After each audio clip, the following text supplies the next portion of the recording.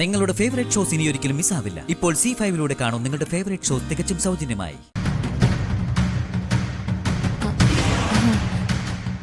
പിടിച്ചടക്കാന്ന് പറഞ്ഞാലേ സ്നേഹം കൊണ്ടും ത്യാഗം കൊണ്ടും പിടിച്ചടക്കുക എന്നാ ഞാൻ ഉദ്ദേശിച്ചത്.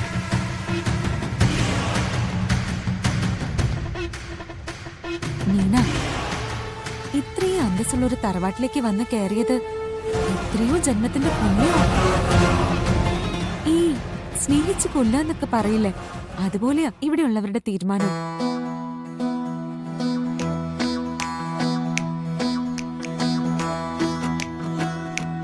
വരുണിന്റെ അച്ഛൻ, അമ്മ, ഏട്ടൻ അവരൊക്കെ സ്നേഹം കൊണ്ട് നമ്മളെ അങ്ങ് അതിശയിപ്പിക്കും.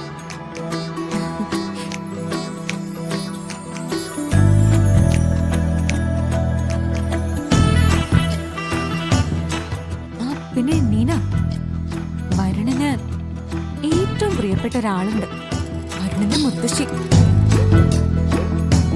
മുത്തശ്ശിയെ കുറിച്ച് എന്താ പറയാ, ഒരു ദേവതയെ പോലെ.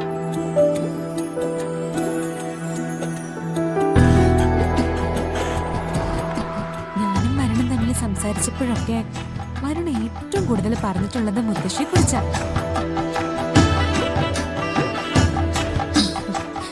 അതൊക്കെ മുത്തശ്ശി കണ്ട നിമിഷം വരുൺ പറഞ്ഞതൊന്നും തെറ്റല്ലെന്ന് എനിക്ക് ബോധ്യമായി. സത്യം പറഞ്ഞാല് പൂജമുറിയിൽ പോയി പ്രാർത്ഥിക്കണമെന്ന് പോലും തോന്നാറില്ല എനിക്ക്.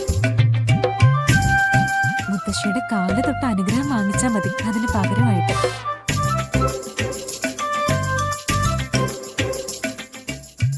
അതെ, സംസാരിച്ച സമയം പോയതറിഞ്ഞില്ല. എനിക്കിവിടെ ജോലിയുണ്ട് നീന, ഞാൻ നിന്നെ പിന്നെ വിളിച്ചോളാം.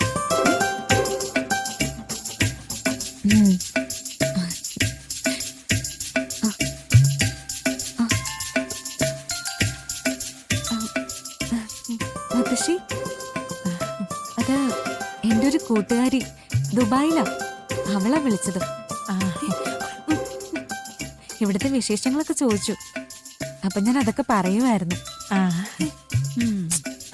മുത്തശ്ശി എന്താ വന്നേ? ഏയ് ഒന്നുമില്ല മോളെ, മോള് പൊയ്ക്കോ.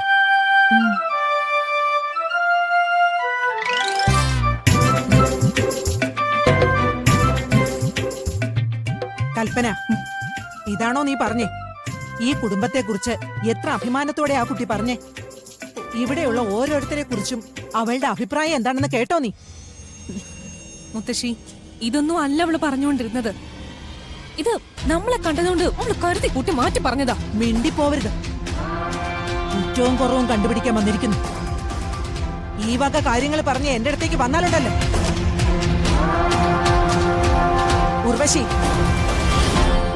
ഏത് കാര്യത്തിനും നീ അവക്ക് കൂട്ടു നിൽക്കുന്നത്. നീ ഇവിടെ ബുദ്ധിമുട്ടുണ്ടാക്കുന്നുവെന്ന് ഞാൻ പരമേശ്വരനോട് പറഞ്ഞാലുണ്ടല്ലോ, എല്ലാവരും ഇവിടുന്ന് ചിലപ്പോ ഇറങ്ങേണ്ടി വരും, കേട്ടല്ലോ?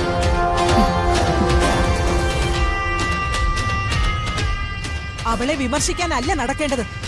അവൾ ഈ കുടുംബത്തിന് വേണ്ടി ചെയ്യുന്ന നല്ല കാര്യങ്ങൾ പഠിക്കാൻ നോക്കും, എന്നിട്ട് അത് ജീവിതത്തിൽ പകർത്താൻ നോക്കും.